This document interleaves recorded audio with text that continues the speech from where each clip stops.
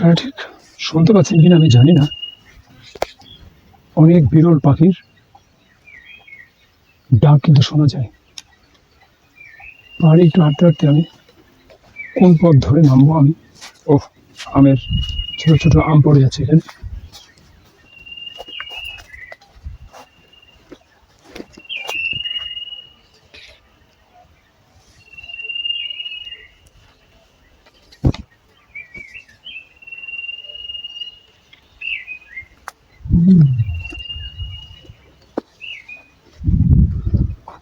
অনেক পাখি আছে, কিন্তু পাখির কাছে যাওয়া সহজ নয়। কৃষকেরা কোন দিক দিয়ে ওঠে আর কোন দিক দিয়ে নামে এটা ঠিক ধরতে পারছি না আমি এখন। আমি আরেকটি বিষয় বুঝতে পারছি না, ঘুঘু যায়, ঘুঘু নয়, এটা অন্য বিরল পাখি। পাখি তো আছে। একটি আম গাছে বেশ আম হয়েছে, কৃষক থাকলে খাওয়া যেত। গাছের গোড়ায় গিয়ে দেখি পাকা কোনো আম ঝরে পড়ে আছে কিনা। আমার শাশুড়ি এখন যে বাসাটায় থাকেন সেখানে অনেক গাছপালা আছে এবং বেশ ছায়াদার। আমরা যদি 8 তলা একটি ভবনে থাকি, এখানে তো অনেকগুলো আম পাওয়া গেল। আমি একটু আম কুড়িয়ে নেই। এই যে আম, পাকা আম, পাকা আম। আমার পানি ফুরিয়ে গেছে, নিচ্ছে বলে এখন আম খেতে পারবো। কুড়িয়ে পাওয়া পাকা আম। ফাইন ফাইন, কিন্তু আমার সাথে পলিথিন নেই, আমি নিবো কিভাবে? এটা পচে আছে, অর্ধেক পচা। আহা, এটা অনেক আম, নিব কিভাবে? পলিথিন তো নেই। তো আমগুলো কি ভালো হবে আমি এখন নিশ্চিত নই। রাখি এক জায়গায়, আমার পেটে ভীষণ খিদেও লেগেছে, আগে একটু আম খেয়ে নিই। হায় হায়, আম, এটা পাখি খেয়ে ফেলছে। অনেক আম পাকা, দেখলে মনে হবে পাকা। যে দেখুন পাকা আম, কৃষকের আম, কিন্তু কাঠবিড়ালি খেয়েছে, দেখতে পেয়েছেন?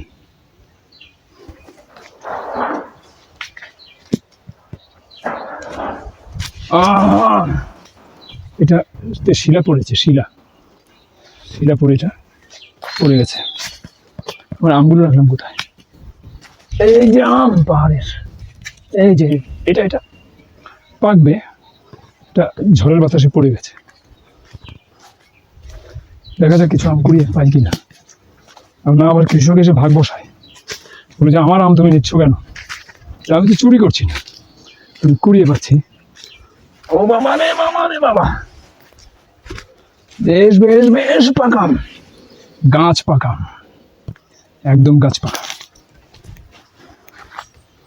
কৃষকেরা দেখলে আমাকে সবজি দেয়, কাঁঠাল দেয়, কোনো বছর আমাকে টমেটো দিয়েছে, বা অনেক ফলই দেয়, আমার থেকে অনেক কিছু দেয় আমাকে। তো নিজের নিয়ে যাওয়াটা কি ঠিক? এটাও কাঠবিড়ালি খেয়েছে, এই যে কাঠবিড়ালি খাওয়া। আমি আগে দেখবো এগুলো খাওয়ার উপযোগী কিনা। পেকে ফেটে পড়ে গেছে, মনে হয় না এটা খাওয়া চলবে। এই গাছের আম একদমই বড় হয় না, ছোট ছোট। আহা, কাঠবিড়ালির খাওয়া। ছোটবেলায় আমাদের আম গাছ ছিল, মায়ের আম গাছ শেষ, মায়ের আমের বাগান ছিল, সেই আমের বাগান শেষ, বড়ই গাছ শেষ, জাম গাছ শেষ। আমার বাবার ভিটাকে এখন শ্মশানে পরিণত করা হয়েছে। কি সুন্দর বাগান ছিল আমার মায়ের, মালতী লতা ফুল ছিল, পেঁপে গাছ ছিল, নানা বর্ণের ফুল ছিল, কৃষ্ণচূড়া গাছ ছিল। মোহাম্মদ যেমন ইসলামের উত্তরসূরিতা নির্ধারণ করে যায়নি, আর লেগে গেল বিরোধ। সেই বিরোধ 4 খলিফার মধ্যে 3 খলিফা তো হত্যারই শিকার হলেন। 1 খণ্ড ভূমি আমার বাবা, অবশ্য ভাই বোনের মধ্যে তখন বিরোধ দেখে যাননি আমার বাবা, খুব মিলমিশ দেখে গিয়েছিলেন। একজন একজনের জন্য প্রাণ দিতে প্রায় প্রস্তুত, এরকম অবস্থা আমার বাবা দেখে গিয়েছিলেন। তো তার মৃত্যুর পর এই ভিটা নিয়ে এত কিছু চলছে আজ অবধি, গত 20-25 বছর ধরে, মায়ের মৃত্যুর পর থেকে, বিশেষ করে বাবার মৃত্যুর পর থেকে। হায় হায়, আমি ভাবি যে 10 শতক 14 শতক অথবা এরকমই, আমি জানি না ঠিক কত শতক বাবার ভিটা রয়েছে, বাবার ভূমি রয়েছে। একটু ভিটার জন্য যদি এত ভাই ভাই রক্তে রক্তে, বনে বনে, ভাই বোনে কোন্দল হয়ে যেতে পারে, মানসিক দূরত্ব তৈরি হতে পারে, তাহলে ইসলাম ধর্মের উত্তরসূরিতা নির্ধারণ না করার জন্য তখনকার সময়ের এই যে 90,000 লোকের নিপাত হয়েছে বলে, আমরা রক্তারক্তি হয়েছে বলে আমরা জেনেছি, তাহলে কি ভয়ঙ্কর ছিল। যে ভিটায় আমি যাই না, আমার ছেলেরা যায় না, আমার বউ যায় না, মাঝে মধ্যে হাহাকার করে উঠলে 6 বছর 5 বছর পরে হয়তো একবার যাই। একটু ভিটা নিয়ে যদি এই হতে পারে, সম্পর্ক শেষ হয়ে যেতে পারে, তাহলে হুমায়ুনের রাজ্যে বাদশাহ হুমায়ুনের ভাইদের বিরোধ কি তো কত ভয়ঙ্কর হয়েছিল। সম্রাট আকবরের বাবার দিনকাল কত নির্মম ছিল। আমার ভাবতে ভীষণই ভয় হয়। যাক, ওই প্রসঙ্গ, ইতিহাসের প্রসঙ্গ। আগে একটু আম খাওয়া যায় কিনা দেখি, পেটে ভীষণ খিদে। আজকে বাসা থেকে একটু রাগও করে বের হয়েছি। ছেলে খুব দুশ্চিন্তা করছে, বউ কয়েকবার ফোন দিয়েছে, তারপরে হই হই রই রই করে কথা বলছি। দেখা যাক, অনেক যদি একটা কথা বলে ফেললে আমার বউ খুব খেপে যায়, তার কর্মক্ষমতাও খুব। হায় হায় হায় হায়, কত বড় মাছরাঙা গেল, আমি বুঝি না পাহাড়ে মাছরাঙা কি করে। এত মাছরাঙার আজকে দেখা পেয়েছি যে আমি রীতিমতো অবাক হয়েছি। পাহাড়ে একটি পুকুর নেই, দিকে নেই, কিছু নেই, পাহাড়ে মাছ তো নেই। মাছরাঙা খায় কি আসলে? দেখতে হবে, ছেলের কাছে জানতে হবে, ইন্টারনেটে সার্চ দিতে হবে, গুগল করতে হবে। পেটে খেতে লাগে, যাকে একটু আম খেয়ে নিই। ভাঙা পায়ের জন্য বসা যায় না। ও বাবা রে বাবা, ভাঙা পায়ে এত বেশি চোট। এই আমটি একটু পরিপূর্ণ, পাকা, গাছ পাকা। আমার সঙ্গের পানির বোতল, আহা গো আহা, মাছরাঙা যায় গো। এই আমটি গাছ পাকা আম, আপনারা দেখতে পাচ্ছেন। পাহাড়ে হাঁটতে হাঁটতে আম গাছের নিচে এটি কুড়িয়ে পাওয়া আম খেতে চেষ্টা করছি। টক মিষ্টি, কিন্তু রোদে সিদ্ধ হয়ে আছে। অসম্ভব, শৈশবে ফিরে গেলাম। শহরে এই আম পাওয়া যাবে না, গাছ থেকে পড়লো তো, দারুণ। হায় হায়, এই গাছের আম মানুষ খায় না কেন, নেয় না কেন, ভয় হচ্ছে। টিস্যু আছে, হাত মুখে মুছে নিব।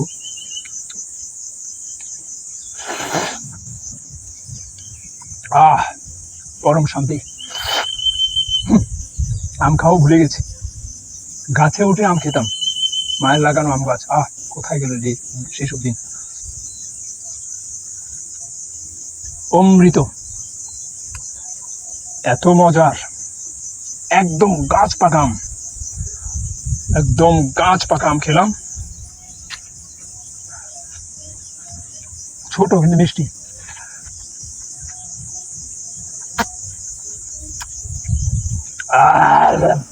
এবার টক লাগছে।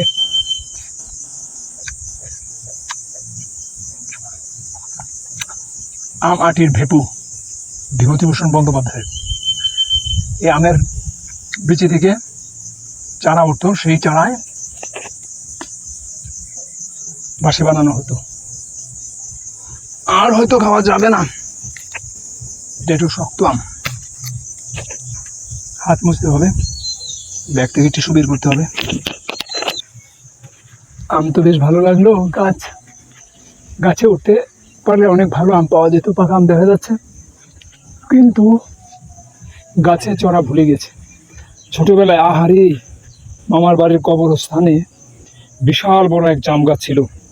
কষ্ট করে ওঠা যদিও যেত, নামা যেত না। আর পড়লে একদম সরাসরি কবরে। এমন জাম গাছ ছিল, জাম গাছ থেকে পড়লে মানে তার আর গোসল এবং জানাজা দরকার নাই। একবারে কাফন ছাড়াই দাফন হয়ে যাবে। নিচে নতুন পুরনো কবর, রাশি রাশি, উপরে বিশাল বৃক্ষ, জাম বৃক্ষ, খাড়া একটি জাম গাছ ছিল। আমার মামাতো ভাই কবির, আমি, মিজান, হারুন, ইকবাল, দেলোয়ার, মোস্তাক, আমির, একটা বাহিনী ছিল আমাদের। অনেক কষ্টে গাছ বেয়ে উঠতে পারলে শুধু জাম আর জাম, ডালপালা শেষ নাই। কিন্তু নামার সময় বড় ভীষণ এবং বিশাল বৃক্ষ ধরে শিশুরা তো বের পেত না, এত বিশাল বৃক্ষ ছিল। সেই বৃক্ষ মামারা পরে কেটে ফেলেছে। দোয়েল পাখি দেখতে পাচ্ছি কয়েকটি। তো সেই গাছ নেশায় নেশায়, কালো জামের নেশায়, পাকা জামের নেশায় আমরা উঠে যেতাম। নামা ভয়ানক ভয়ের ছিল। আর যদি কেউ পড়ে যেত, আমার দু একটা মামাতো ভাই পড়েছে অবশ্য, সম্ভবত হারুন অথবা আমির, পড়লো তো পড় মালির ঘাড়ে, লিচু চোর, নজরুলের কবিতা, পড়লে একেবারে সরাসরি কবরে ঢুকে যেতে হতো। সেই গাছে ওটা ভুলে গেছে। এখন 2021 সালে কুমিল্লা জেলার বুড়িচং উপজেলার 16 নল ইউনিয়নের 16 নল গ্রামের আব্দুল হক, সম্ভবত আব্দুল হক মাস্টারের সাক্ষাৎকার আনতে গিয়েছিলাম। তিনি বাংলাদেশের হিন্দুদের নিপীড়ন বিষয়ে নিষ্ঠুর কথাবার্তা বলেছিলেন, দুঃখজনক। মেমোরি কার্ডের জটিলতায় সেই সাক্ষাৎকারটি আমি সংরক্ষণ করতে পারিনি। তার 3 দিন পরে আবার ভেবেছিলাম যাব, তার 30 দিন পরে আবার ভেবেছিলাম যাব, তার 3 মাস পরে আবার ভেবেছিলাম যাব। ছেলে বলল, তোমার হয়তো আর যাওয়াই হবে না। ঠিক 2021 সাল গেল, 22 সাল গেল, 23 সাল গেল, আজকে 24 সাল।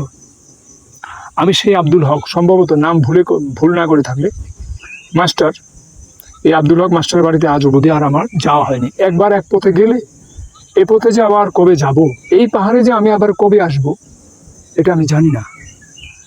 আমরা জানি আমাদের মৃত্যু নিশ্চিত, কিন্তু আগামীকাল কি হবে এটা আমরা নিশ্চিত না। তো যাই হোক, সেই গ্রামে গিয়ে দেখলাম আম গাছ, বিশাল আম গাছের মগ ডালে উঠে অবসরপ্রাপ্ত শিক্ষক আব্দুল হক আম পাড়ছেন। সেই আম তিনি আমাকে অবশ্য বাসার জন্য কিছু দিয়ে দিয়েছিলেন। তো গাছে ওঠা, গাছে চড়া আমি ভুলে গেছি। আজকে এখান থেকে বিদায় নেব। আম এগুলো নেওয়া যাবে না, নিলেও সম্ভবত আমার বউ তার বাচ্চাদেরকে খাওয়াবে না, বলবে আমি কুড়িয়ে পাওয়া আম খাই না।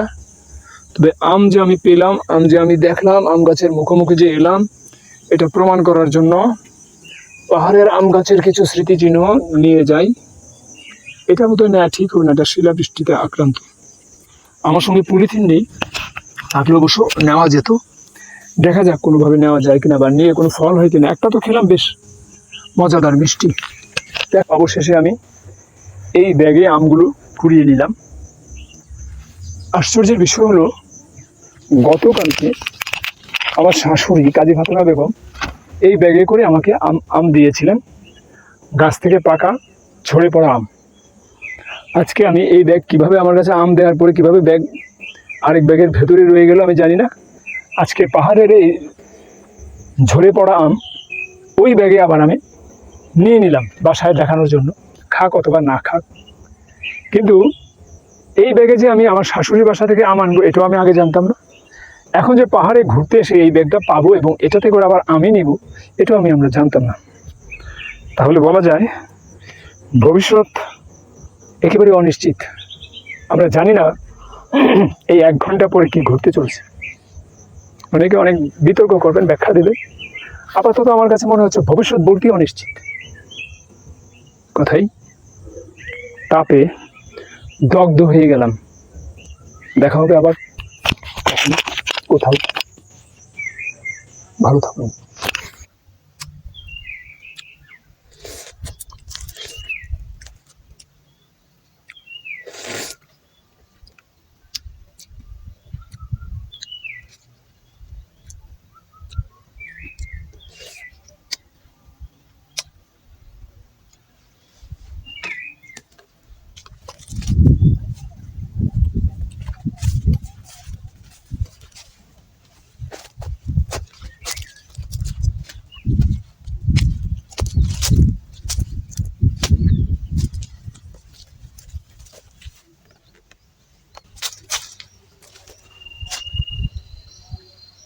কত কাঁঠাল এই গাছে।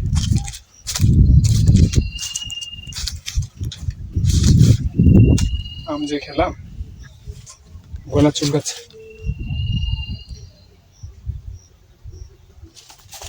কাঁঠাল পড়ে আছে, পাকছে কিনা, না পাকেনি, কে যেন ফেলে রেখেছে, দেখাচ্ছি। গাছের গোড়ায়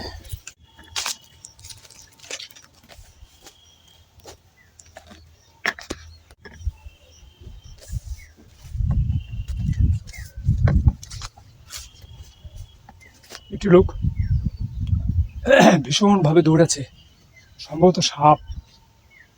এত দূরে গেল লোকটিকে ধরা যাচ্ছে না। সে লাঠি হাতে এত দ্রুত ধাওয়া করলো, আমি রীতিমতো ভয় পাচ্ছি। মনে হয় সে সাপ দেখেছে। দিনে দুপুরে পাহাড়ে সে কি সাপ দেখে থাকতে পারে। দেখি লোকটাকে খুঁজে পাই কিনা। আমার তো মনে হয় যেভাবে আঁকা বাঁকা করে সে দৌড়ালো, নিশ্চয়ই সে সাপ দেখেছে। কিন্তু এই দুপুরে এই শস্যের ভূমিতে সাপ কি করবে? সাপ তো বড় সাবধানী প্রাণী, সে তো এই দুপুরবেলা এই ফসলের ভূমিতে আসার কথা নয়। হায়, আচ্ছা পাহাড়ে অনেক মাছরাঙা আছে। হ্যাঁ, মাছরাঙা আছে অনেক, অনেকগুলো বড় বড় মাছরাঙা দেখলাম। আচ্ছা মাছরাঙা পাহাড়ে, পাহাড়ে তো ইয়া নাই, কি যে বলে পুকুর নাই? না পুকুর নেই। একটাও কি পুকুর আছে? পুকুর নাই। মোটর একটু এদিকে তাকাই। যে আমরা মোটর ইয়া পুকুর নাই, না না দিঘি নাই, দিদি মাছও নাই, না। মাছের তো চাষ নাই। না সব আমরা বিক্রি করি। তাহলে এই আমি আজকেও অনেকগুলো মাছরাঙা দেখেছি। এই মাছরাঙাগুলো এখানে খায় কি? মাছ তো পাই না না জায়গায় আমরা দেশে থেকে ওই মাছের যেমন আমরা- এলাকায় যায়, হ্যাঁ যেমন আমরা লোকজন করছি মানে এখানে বাসা ওদের। বাসা করে, মানে ওখানে তারা বাসা করে। কিন্তু ওই যে মাছ ছাড়া নেই, হুম, মাছ খাইতে যেমন কোন নাই না, হ্যাঁ। আগে লাগে আবার পাহাড়, বুঝতে পারছি। বুঝছেন নি? আমি তো বলি যে পাহাড়ে মাছরাঙা কি করে? আরেকটা আছে আমরা একটা একটা হরিণ আছে, হুম, মানে হাপ্পা হরিণ, আচ্ছা আচ্ছা এটার ওটা মানে মাছ ছাড়া আচ্ছা আচ্ছা, ওই পোকামাকড়ও খায়। হ্যাঁ বুঝতে পেরেছি। তাহলে ওই এই মাছটা গিয়ে বাইরে গিয়ে খায়। বাড়ি দিয়ে খাই আমার কোনো আবার না। ও আচ্ছা আচ্ছা, ধন্যবাদ। হ্যাঁ আমি তো বলি যে পাহাড়ে মাছরাঙা কি করে, কিন্তু না, পাখি তো পাখা আছে তো উঠতে যাইতে আর কতক্ষণ।